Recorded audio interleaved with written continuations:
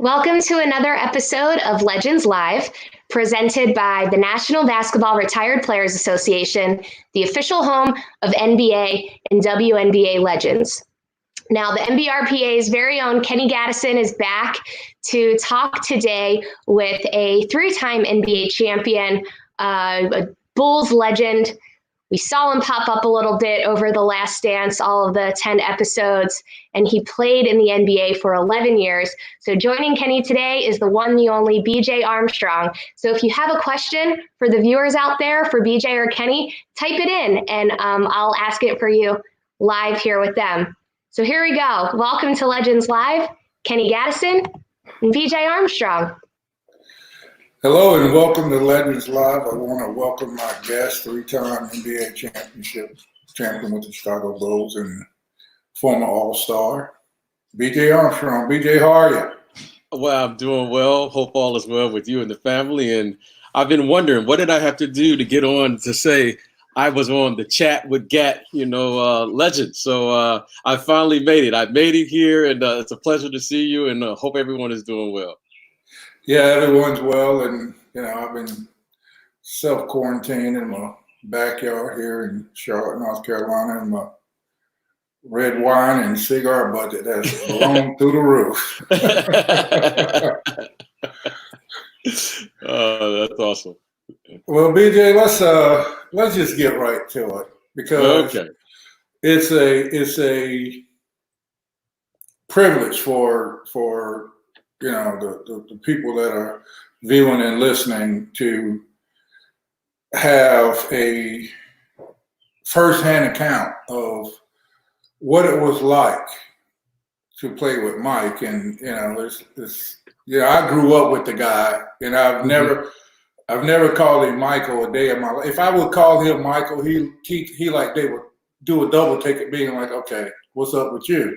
Right. So, okay, you get drafted in 1989, and you're plopped down in the training camp with arguably the best basketball player that ever put on a pair of sneakers.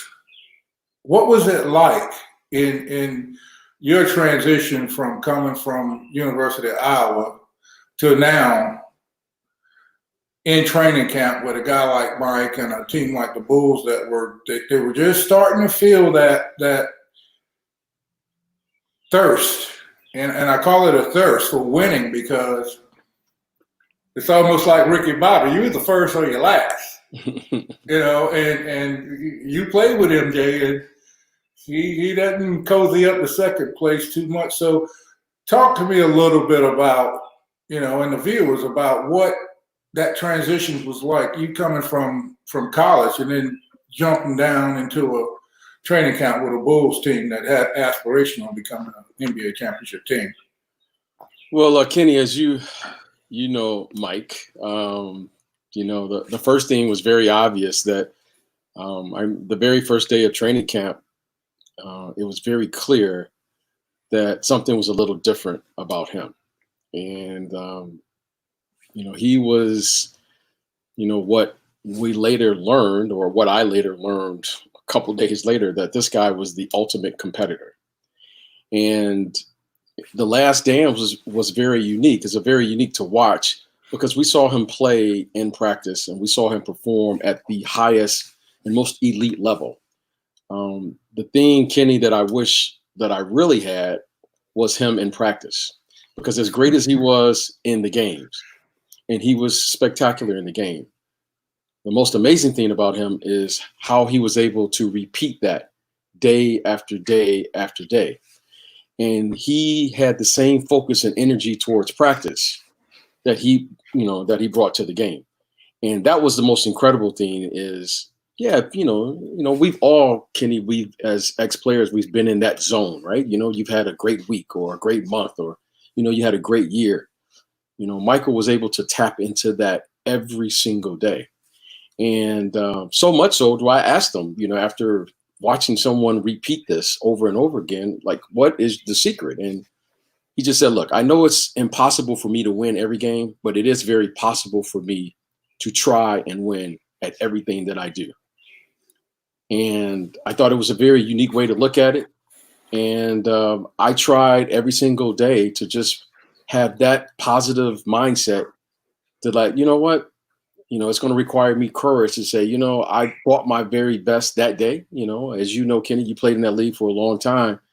Some nights you have it, some nights you don't. But you got to have the courage to go out there and try and live with the results. And that's what I tried to do. And I had an example every single day that I came to practice, I came to the game, that I knew that he was going to try. He was going to try in every drill. He was going to try in every shoot around. He was going to try in every practice to be the very best. And more importantly, he figured out how to do it more times than not. He just, he had a, for many of us, we didn't know what was challenging him. And we got a little peek behind the curtain of what some of his methods were to get to that point. And it's so unique.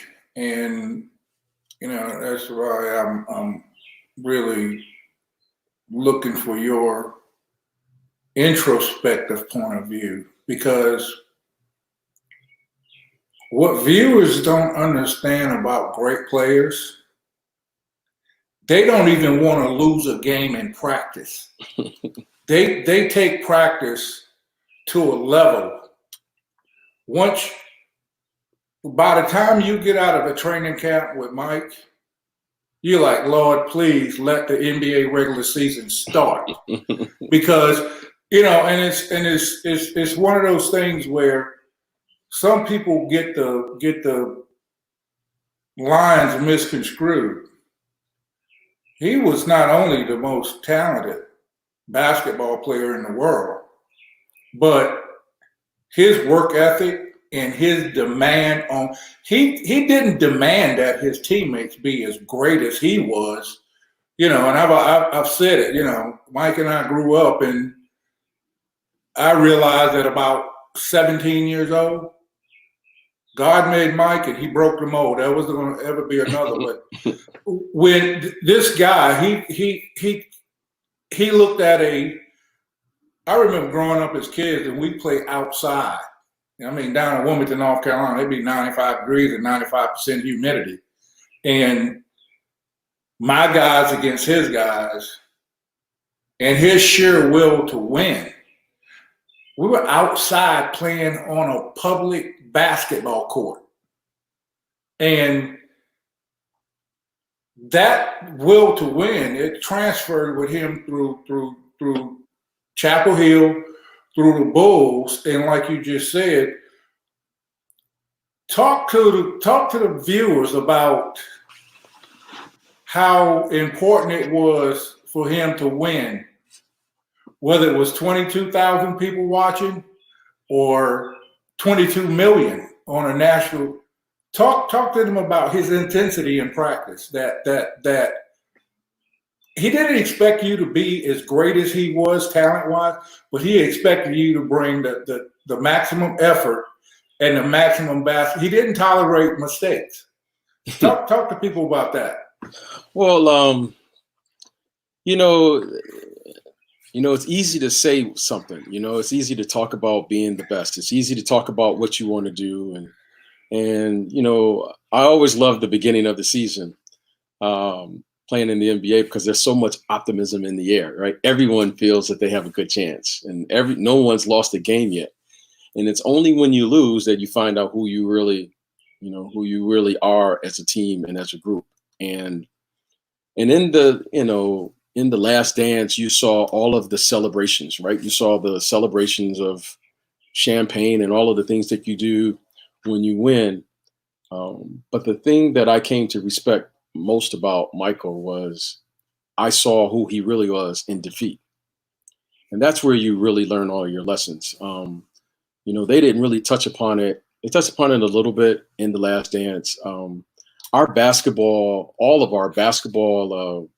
moment of truth, if you will, is when we lost Game 7 to the Detroit Pistons the prior year in 1990. That's when we found out who we really were.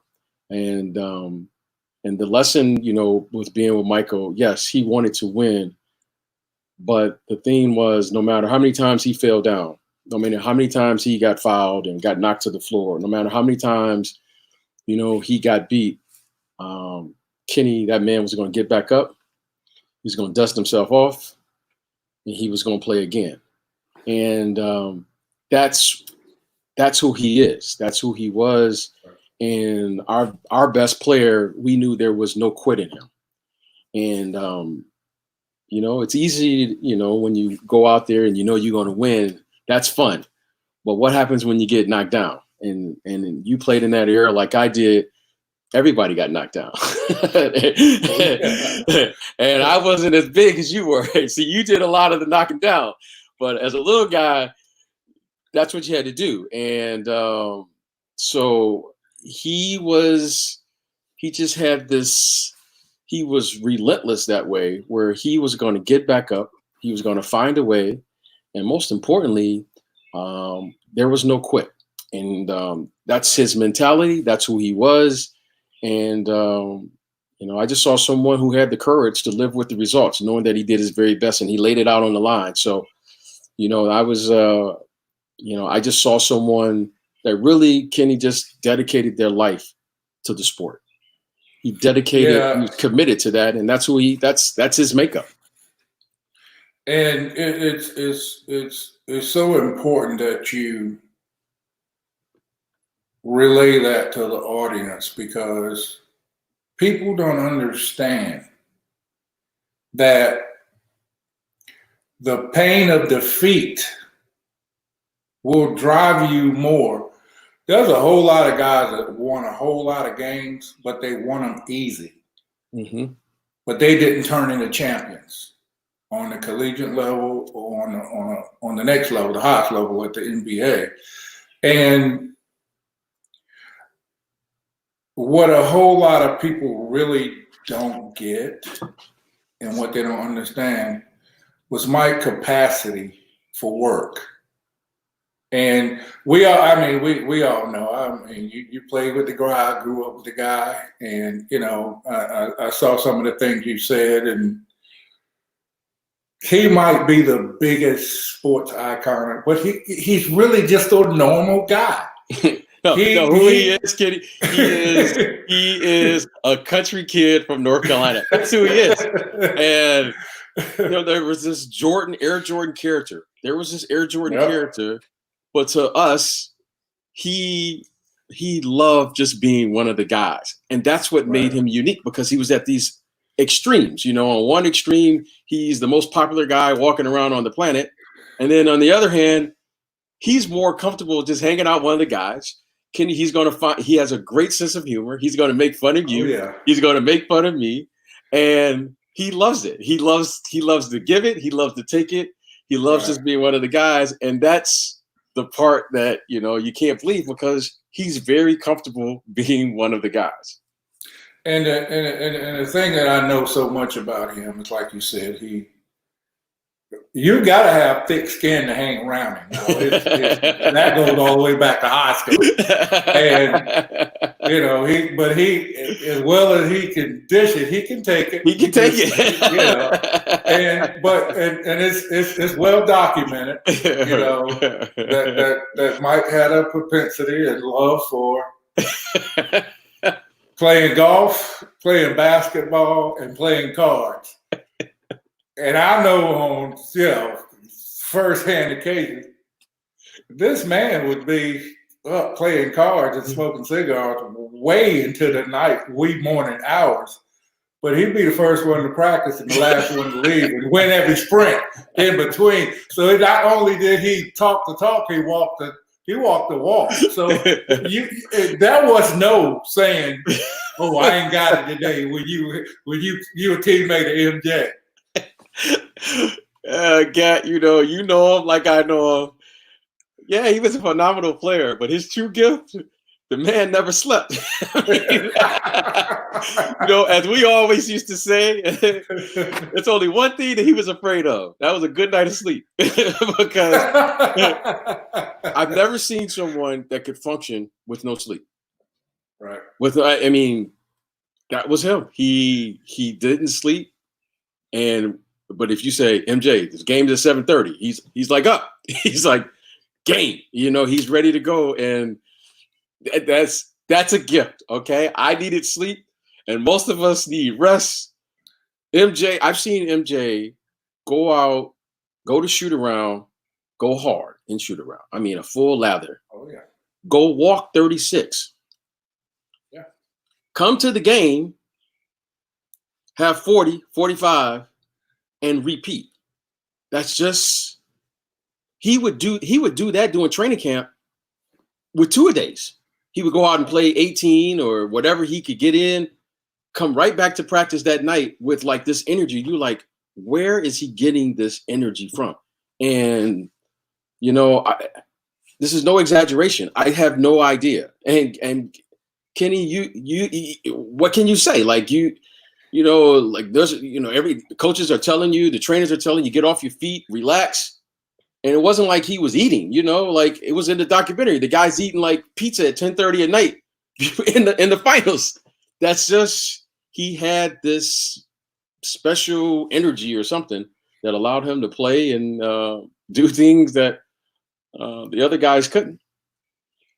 And that's why, you know, and that's really the reason that I say that when, you know, God made Mike, he broke the mold, because for guys that know him and guys that's played with him, right, and you witness his capacity for work and play. Oh no, he's gonna do that now. and you're like, how does he keep going? And right. But that's, you know, that's legendary in itself. It is. There's a whole lot of guys that try to hang out with Mike the night before a game. No, you can't do that. And you can't survive it. There's a lot of young players that I caution again. Oh man, Mike invited me to come play cards. I say, don't do it. Don't do it. And them guys show up the next day for shoot around with the same clothes on they had on the day before. And he come out there and give them 45 and smiling and talking his crap. And they need oxygen. You know, so that's funny. And this is from a player's perspective. I'm gonna put you in a little bit of a quandary here, because personally I want to know.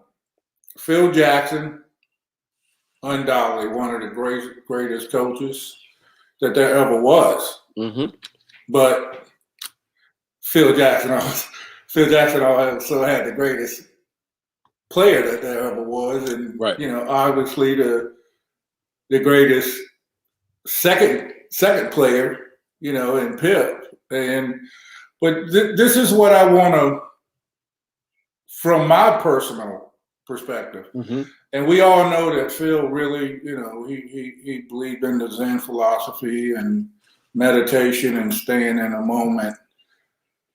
Talk to me a little bit of how, as a team, that helped you guys channel and focus and prepare yourself mentally, because it was all about block out the noise, get into your own head and be present, be in the moment. Mm-hmm. Talk to me about, and talk to the audience, because this is the first time I've had a chance to talk to a former Bull player, a Mike teammate, a Phil Jackson player, that I've sat down and asked about the Zen philosophy that Phil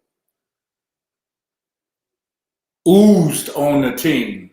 Right. Talk to me a little bit about that, and how did that keep you guys so present and in the moment? Well, you know, the one thing about Phil, there's so much written about the Zen master and the triangle offense and all of those things.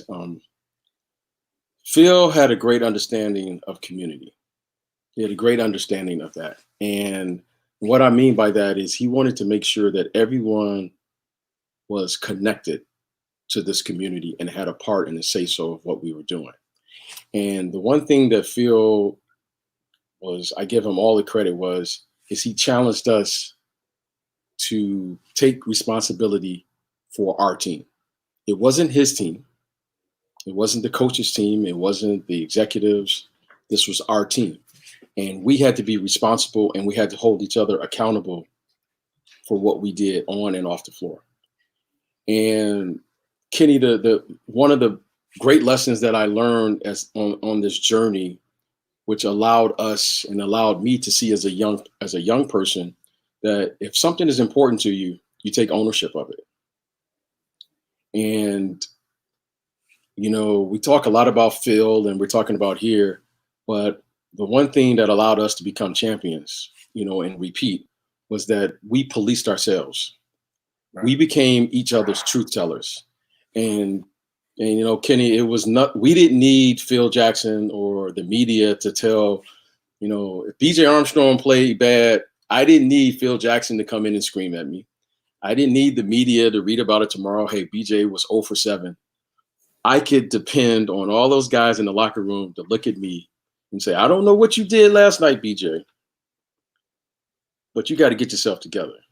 And it wasn't, they were saying it to be mean or to hurt my feelings or what have you, is that we all made a commitment when we looked at each other and said, we are committed to this process.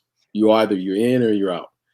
And that's what Phil challenged us to do, is that each and every one of those guys, we began to be each other's truth tellers. And we were a self-correcting group. Now, Phil gave us a great game plan. Phil gave us a system to play and all of those things. But we had a responsibility that each and every night we had to bring the effort and energy. That was on us.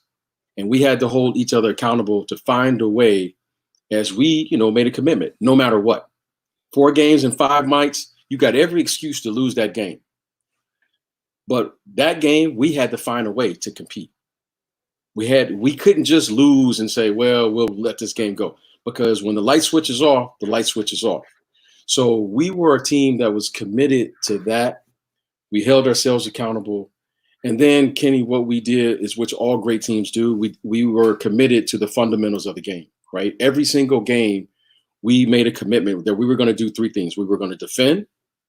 We were going to secure that ball after we had that great defensive possession, rebound, and then we were committed to sharing the ball, passing the ball to each other. Now, we were going to do that each and every night.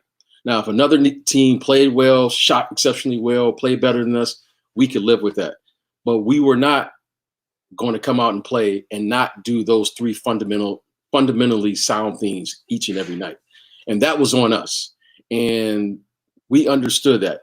Michael, as great as an individual player he was, and he was truly magnificent, Michael Jordan as a player is really a grinder. And he was not only the greatest offensive player, defensively, that's what he really did. So our best player was not only our best offensive player, he was our best defensive player. So we didn't have to depend on our offense to win a game. We could grind the game out. Michael Jordan and all of us were committed to securing and limiting the other team to 1 shot. And then our best player could take on a double team, which gave us a significant advantage as an offensive team, because you had to double team him. You had to triple team him. In some cases, you had the Jordan rules where you had to have the team because he was that good. So we were all committed to playing the game that way. And then we could live with the results. So fundamentally, we focused on that. We became a team where we understood what we could do and what we couldn't do. And then we challenged every other team to see if they could do it as well. And that was kind of our little formula that we play with each and every night. You know, and there's 2 key words that I take out of what you just said: challenge and accountability. Because when you have a great team like the Bulls and you have a great player like Mike, it's not so much that you coach them, you challenge them. It's not so, and I've said this every stop I've ever been in, you know, Mike and I grew up in the same hometown, and we had the same coaches, whether it was in, you know, youth ball, summer league, or Pop Warner baseball, or when we get to middle school or high school or whatever, and they all had the same philosophy, and you did. You held yourself mainly and your teammates accountable, and policing yourself is one of the biggest hurdles. Right. And it's, and I never came close to winning the NBA championship, but the characteristics of a winning team, they're all the same. Now, when you get to a NBA playoff and you get into a game 5 or a game 6, talent does take over. Yeah, absolutely. But when you put yourself in a setting, and as a longtime coach, I try to explain to players, a basketball game is a series of repetitive events. It's who converts on the most busted plays is the team that's going to win. Now, whether we were playing the Bulls in the regular season or whether we were playing you guys in the playoffs, and Phil and his team and his coaching staff, they hold it up on the court away from the bench from you guys. Right. I never cared about that. When I saw them at 23 jump up in the fourth quarter while the coaches were out, and he was pointing that finger in everybody's face that was in that game, I'm like, oh boy, we're in trouble. Because he just challenged everybody. And it was one of those things where, because I knew him and I knew his mentality, you don't win the game in the first quarter. When I saw him get up, and you know the situations that I'm talking about, and he went down man to man, he put his finger in your face, I'm like, okay, they're getting ready to take this thing up on a different level. And it wasn't offensively, it was going to be defensively. Right. And sure enough, in all of the big games, close games, you guys ratcheted it up a different level after those timeouts where Mike would take it upon himself to get in everybody's face. And I distinctly remember playing you guys on several occasions, and we played smash mouth Eastern Conference basketball, and the game would be 79-78. And as long as Phil and his coaches were just huddling up and Mike was sitting on the bench, and said, okay, we good. But sometime in that fourth quarter, he'd get up and he'd challenge or provoke everybody. And like you said, you guys, one thing about it, you brought your defense every night, and that defense wins championships. Well, Ken, yeah, you hit it right on the spot. And so much written about the offensive game, and that's the really the sexy part of basketball. This guy had 30 points. This guy made 8 threes and 9 threes, and that's the part of the game that everyone looks at. But it's only really one area you can turn your game up, and that's on the defensive end. And that's what we always knew. We knew that defensively we were going to figure out what you were doing, and once we figured it out, we were going to turn up. And we didn't have one exceptional defensive player. Scottie Pippen was also a first-team all-defensive player. So we had 2 players who were very disruptive. They were disruptive on the ball. They were disruptive off the ball. And then they had the unique ability to gamble and recover. If most of us, if we gamble and we don't get it, that's a basket. You gamble on Scottie, he doesn't get it on the wing. He has the ability to recover and make an exceptional block, at the basket.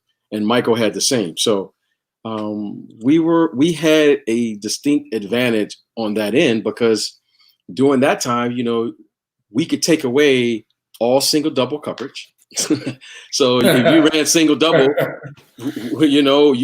you had 2 exceptional guys on both sides of the court. And then if the game really got out of hand and we couldn't figure out what you could do, we could put one of those guys on the ball. More times than not, we would put Scottie Pippen on the ball, who was very capable of playing point guards and doing other things. So it was a unique group. And Michael, that's what he was. we knew at some point we were going to turn the game up. And then when we were young, we could extend the game to 94 feet. Right. And we could play that way for the entire game. So we had some advantages here, and it's good to be young. And obviously it's good to have a guy like Michael. And then you add that with Scotty, and then you put Horace Grant or you put Dennis Rodman there.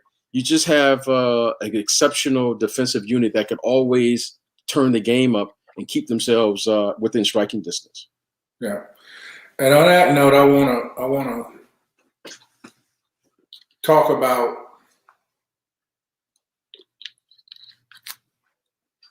the Golden State Warriors team and this big ongoing conversations. That Golden State Warriors team with KD and Steph and Klay and Draymond, and you had David West, and they also, just like your Bulls teams, that team was ranked in the top 5 in defense, on their path to winning multiple championships. And they say that 72-10 Bulls and 97-98 was the best team possibly ever, and I don't argue that. But as your seat now as a spectator, just like me, tell us why that Golden State team could or couldn't beat you guys in a 7-game series, given, of course, naturally, you'll never get to see it happen. But you're really talking about a team that was very explosive offensively, and they were very good, top 5, top 3 in defense. So talk about the comparisons that people want to make about something they'll never actually get to see both teams play in their primes. But because you get a chance to watch just how lethal that Golden State team was for a couple of years. But picture your 97-98 Bulls team on the court with them in a 7-game series. Tell me what the outcome would be in your personal view. Well, the first thing is, if you take one generation to the other and you see the connection between both teams, Steve Kerr was there for both. That's right. That's the one common denominator. I knew you were going to get to that. So there is really no difference between both teams. Steve understands, the game and provided, great leadership. That team gets a lot of, the Splash Brothers and KD and all of the things they did offensively. But truly, in that 5-year span that they had, they were one of or the top defensive team in the league. That's the first thing. Okay. Now, as I look at both of those teams, you got to first say the game was entirely different in the 90s. The Bulls were constructed for the way we played back then. There was hand checking, the physicality of the game. You had low post defense. The game was really inside out. And then you speed it to, now let's move to this team. The game now is a kind of a free flowing game. We call it pace and space. Kenny, if I ran through the lane, I knew that you were going to hit me in my chest for no reason at all. Right? You got on a different jersey. That's my job. Kenny, I was just cutting through the lane, and I knew that the big fella there, he was just going to make sure that I felt him, right? That was a different time. And I say this to say the following, like both of those teams were constructed to take advantage of the rules of their generation. Right. Both of those teams were great for what they were in those times. If that Bulls team had to play in today's game on today's rules, I could arguably say the Warriors have an advantage.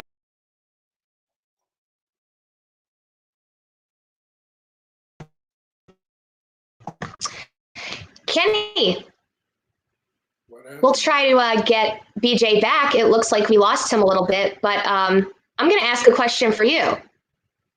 Okay. What is your favorite, absolute, hands down favorite, and make it a clean story, Kenny, memory with MJ? Well, you know what, and this is the honest God's truth. I don't think I've ever told anybody this. Definitely never told Mike. And it's not so much about stories as it is, you know, we grew up together. I liked the guy. He really was a good friend, and we went through our battles. And I tried to get him to play football, but he wouldn't. I just wanted to crack him one time. But his senior year, my junior year, we were playing at his gym, and it was for the right to go to the state championship. And I think they were up 11 with about, a minute and 50 seconds to go. And my team came back and we won the game, which eliminated Mike from going to the state playoffs his senior year. And, to see the crushing defeat in his face and the agony and the pain, that's one basketball game, and a lot of my teammates probably going to call me later on tonight. I wish I hadn't won because, even though we were rivals and we competed against each other around the whole calendar. In the summer we played pickup, outside, inside, anywhere we could play. That Mike had just come into his own as a high school basketball player, and he was on the national map, and we knocked him out of the playoffs, out of the game to go to the playoffs. So that's one game I can say today, because he was my friend.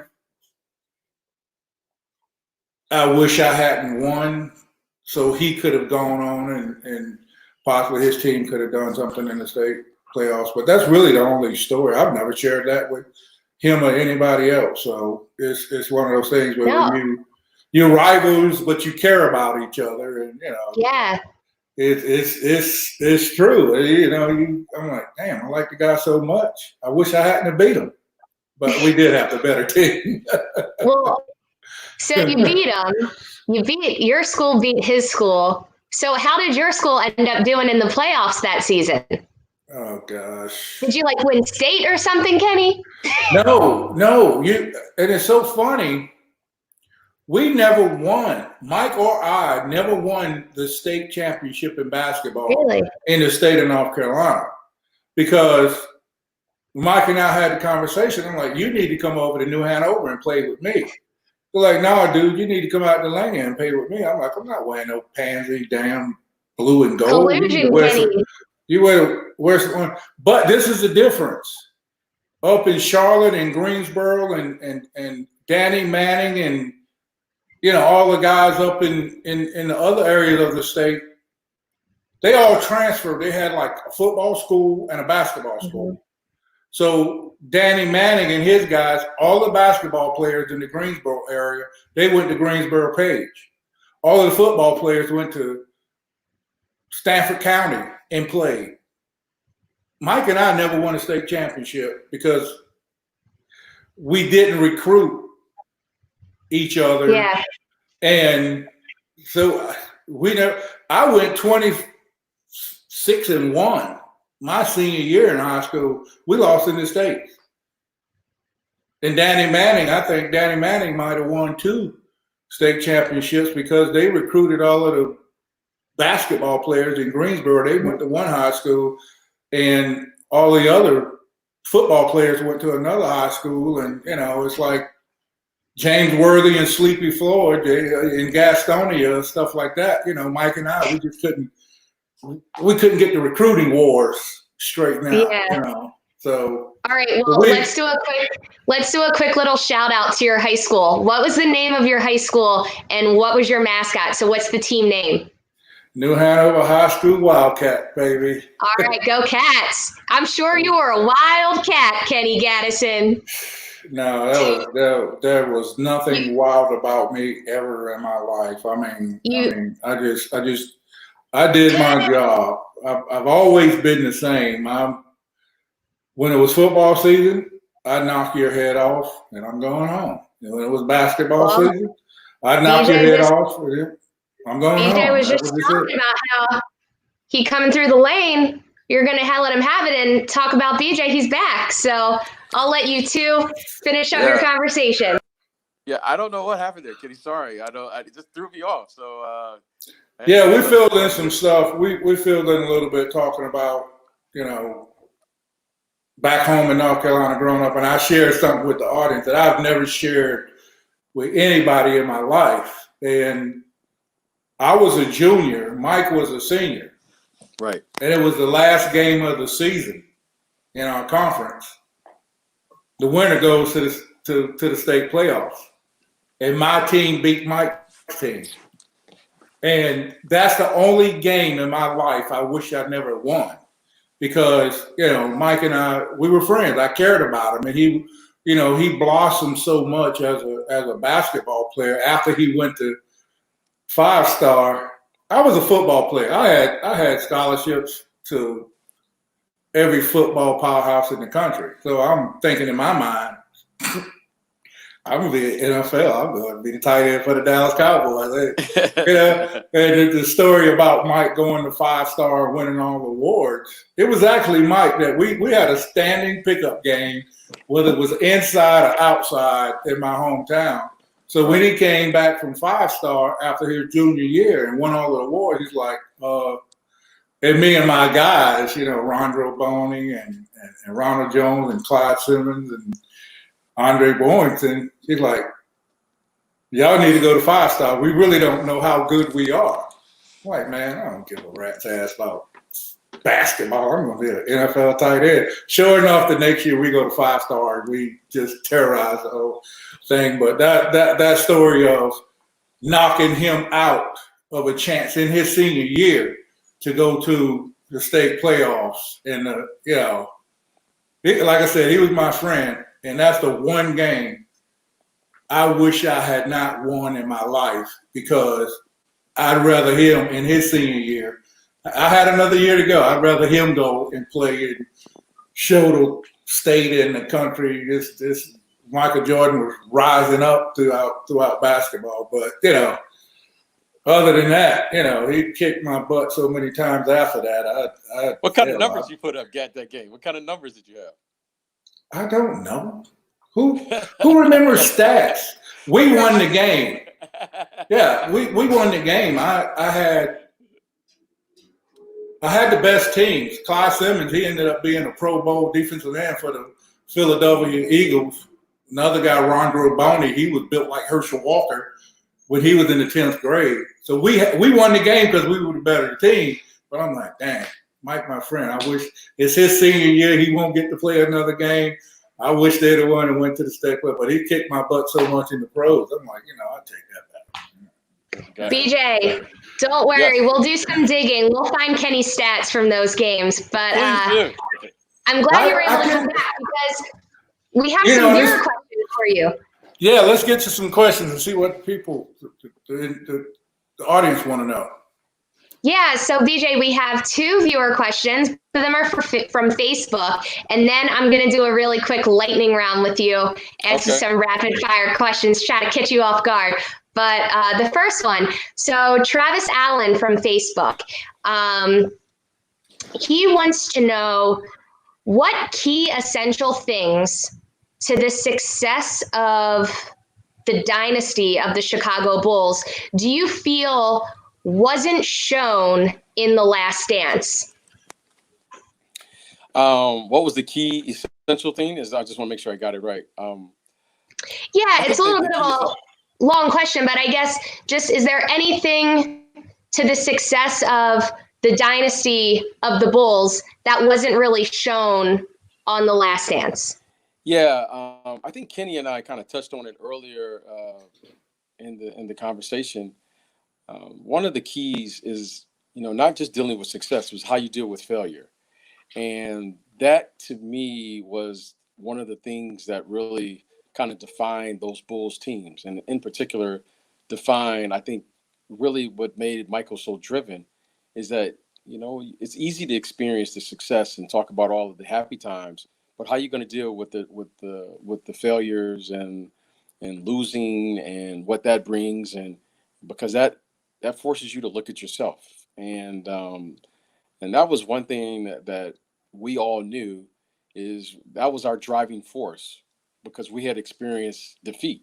We experienced what it felt like to lose in a game seven. We experienced of thinking that we could beat this team, we were better than this team, and lose. So that really, that's what kind of brings you to reality and drives you to go out there and play at that level. And once you do win, you know, one of the little secrets that you learn is that you learn never to trust happiness. You never learn to trust being happy, because the moment you relax in that league, that's when you get beat. And you work so hard to get there, you don't want to just give it up. And that requires you to have the optimum respect for teams, for the players, and most importantly, what this game could do, because you're only as good as your last game, and you always have to be sharp. Always have to be ready, and that's one of the things that we took a great pride in doing, is always being ready, always living in the moment, which they discussed, throughout the course of that 10-part series. Yeah, but that's a great thing that you said, being able to, how do you handle defeat? That old saying, right? You fall down 9 times, but you get up 10. So that's your secret sauce, BJ, for the Bulls dynasty. But we have Erica Mitchell from Facebook, and she would like to know, what's your most memorable basketball memory? And let's say it can be youth basketball, high school, when you were at Iowa, NBA, just most memorable basketball memory. Yeah, you make so many memories, but the one that I remember most is when you share it with your teammates. And I'll never forget the very after game 5. I can remember that buzzer when the game ended, and we all walked in the locker room, and no one knew what to say to one another. No one knew how to act with one another. And, some of us cried, some of us smiled, we just didn't know what to do. It was, it was nothing like winning the final game of the season. And as a young kid, I always used to say, well, why does everyone cry when they win a championship? And then suddenly it just hits you that all of the things that you've done in your life, you have this one moment, it's just a moment. And it was the greatest moment, because it requires every single thing that you have individually. But more importantly, you have to be connected to all those other guys in that locker room. And that was the greatest achievement, because that's the epitome of being on a part of a team. And it was one of the great things for all of us. That was our very first together. And it was just one of the great moments in my professional career, because we did something as a group, and that's why you play the game. No, that's great. And I promised a lightning round, so we're going to do that right now. I'm going to ask you just a couple questions, and Kenny, take note, because I'm going to ask you these questions someday soon. Okay, so BJ, current player in the NBA that you wish could have been your teammate back in your prime? Current player. Well, if you look at the players, the way the game was played back then, it's one player that really stands out to me, and that's Klay Thompson, because he's just a prototypical 2 guard. And I would have loved to seen his matchups, with Michael Jordan as a 2 guard. I would have loved to seen him against Reggie Miller, Joe Dumars, Clyde, Drexler. He's just a prototypical 2 guard who requires your attention on the defensive end. You would have to have an incredible amount of discipline to chase him around and do what he does. But the thing that I love most about him, if you were going to, transplant him into that generation, is that he has the right demeanor. He misses 5 shots, he's not bothered. He makes 5 shots, he's not bothered. And he's a tremendous defensive player, and he has size. So I would have loved to have played with him, because he would have, space the floor. Can defend his position. And there's no secret. That's why they're winning today, because he is just a tremendous basketball player. And I think his game really translates to that era of time when a two guard had to score and play a certain way. And I think he just did it, right out of the box when he first came in the league. Yeah, definitely. You make a lot of valid points with that one. Okay. Least favorite city to play in or arena as a visiting player? Least favorite place to play. I don't like to, dump on cities, but I remember, I don't know what Kenny would say, but remember the old it was the Gund Arena in Cleveland. out in Richfield. Yeah, it was out in Richfield. It was one of the yeah, it was odd. It was odd. Nothing against the city of Cleveland, but that was a unique place to play, and so that was kind of one of the places that I didn't look forward to playing there. Your go-to basketball shoe? My go-to, I always wore the Nike Air Force. I liked high tops because back then the big guys would always step on your feet, and so I always tried to. It was like armor, the high tops. You were going to get guys stepping on your feet, spraining your ankle, and so I always that was my go-to shoe. My walk-around shoes were, I would like to walk around in the Jordans and all those things, but if I could play, I played in the Nike Air Force. Okay. Favorite basketball related movie?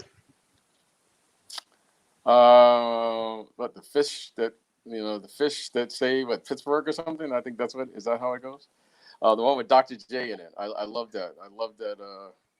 The fish that say Pittsburgh, right? I think that's the proper name. Okay. But yeah, all of our viewers can Google it and watch it. That was my favorite. That was my favorite movie. All right, and then one more. We might already know the answer, but biggest trash talker? Whew, that's a good one. The biggest one was Larry Bird. He was so clever to me. He was very clever. I thought he was very clever. I just thought he was very clever. What the things he would say out on the court, and besides being able to back it up, I thought he was one of the best that I've ever seen. It ain't trash talk if you can back it up. Yeah. He was very clever. I always enjoyed him because he said things that were like, it wasn't traditional trash talking. It was very clever. So he was the one I most look forward to during the course of the game, because he was really funny with it too. I mean, he had a real sense of humor. Well, BJ, you survived the lightning rounds. Thank you. Well, yeah, BJ, thanks so much for joining us on Legends Live, and appreciate all of your insight into the Last Dance documentary and the real inner workings of how that Chicago team held together and bonded, and like you said, the biggest thing, policing each other, which was so important. Yeah, thank you for having me. I thought you threw me off there. I didn't know what happened. I thought you got tired of me. I was, chat with Gatt. I was, that's. No, my technical expertise. I can't get myself off this thing. I damn sure can't get you off of it. Anytime, and Kenny, I really appreciate it. And hey, you've always been one of my favorites. And keep doing your thing. Appreciate it. Stay safe, my friend. And hopefully we can do it again soon. Yes, sir. Take care of yourself and stay safe. All right, Richard, what do we have coming up on Legends Live here in the near future? Sure. So why don't we get into that? Thanks again to BJ and Kenny. That was a great chat with Gatt. I think you got a little strike of gold with that catchphrase right there. So to all of our viewers, next week we have a really great lineup for Legends Live on Tuesday. 5 p.m. Eastern, 2 p.m. Pacific. Rusha Brown is going to be back, and she will be chatting with two-time WNBA champion and two-time Olympic gold medalist for Team USA women's basketball. Delisha Milton-Jones is going to be on the show this upcoming Tuesday. Then on Thursday, we have none other than Sam Perkins, Olympic gold medalist, great college career, NCAA champion with Michael Jordan at North Carolina, had a really successful NBA career, and he's currently sits on the board of NBA alumni. He's going to be talking with fellow legend and fellow NBA alumni board member Karan Butler is going to be back to host that conversation. So that's what we have in store for all of you next week. If you would like to watch any of the previously recorded episodes, including this chat with Gat that he just had with BJ Armstrong, go to legendsofbasketball.com/legendslive, and you'll be able to find all of the YouTube videos from our prior episodes. And like always, thank you so much for tuning in and for watching Legends Live. Until next week, be well and take care of each other.